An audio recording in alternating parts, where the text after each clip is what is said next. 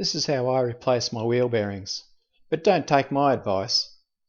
Get yours done by an expert at a bike shop. How do I know they need replacing? With a hand top and bottom on the wheel, I try to move the wheel sideways, and I had a slight movement on the disc side. In a very worst case scenario, you might hear a grinding sound when you spin the wheel. It looks like only one wheel bearing needs replacing, but if I'm going to do the job, I may as well replace all three. I don't know what wheel bearings I need, and I'm certainly not going to buy them from a motorcycle shop and get ripped off, so I pull the bearings out and take it down to my local bearing shop and get them to match them. There are two bearings on the drive side, one inside the drive itself, right there, and one inside the wheel.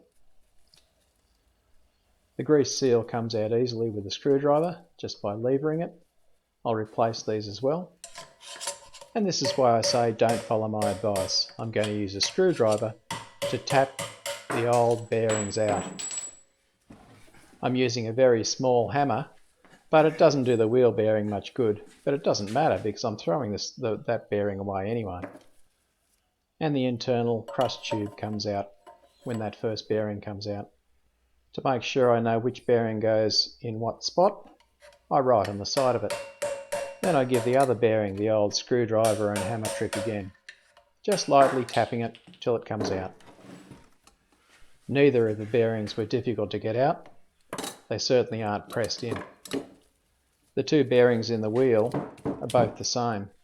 This one in the drive is different. This bearing has a spacer that's pressed inside the bearing.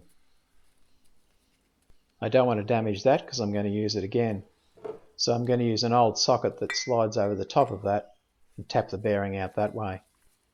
Again, it doesn't do the bearing any good, but it doesn't matter because I'm throwing it away. The spacer is already halfway out of the bearing. I just need to tap it the rest of the way.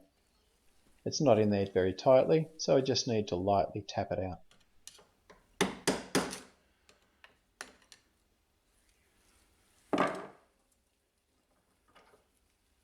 Well, that was pretty painless. I've been down to the bearing shop and got some new bearings. And now I'm pulling the grease covers off the bearings, and I'm going to put some extra grease in because the bearings never come with a huge amount of grease.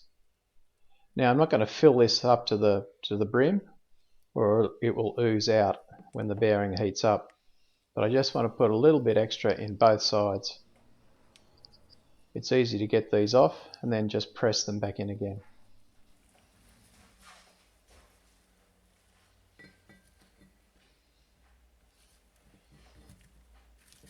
I should have put the spacer in this bearing first, but I forgot.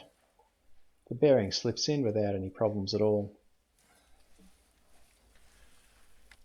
But now I can put the spacer in. It slides inside the bearing.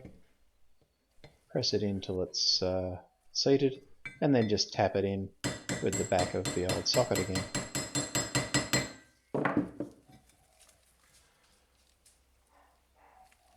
Now the grease seal goes in, a little bit of grease around the edges and around the lip before I push it in with my fingers, making sure it's nice and straight and aligned.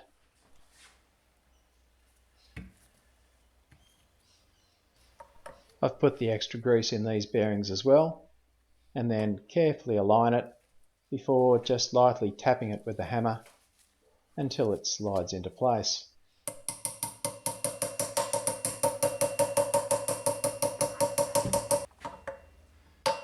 Then using my socket, gently tapping around the edges till it seats in, and then not forgetting the crust tube before I put the second bearing in.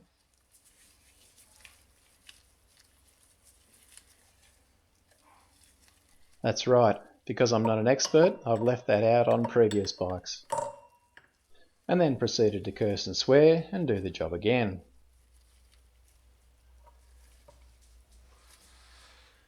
Again, I'm aligning it and then very lightly tapping it until it goes into place.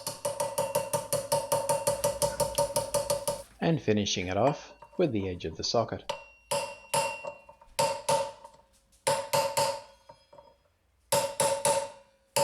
Well, that's all done, and it didn't take very long.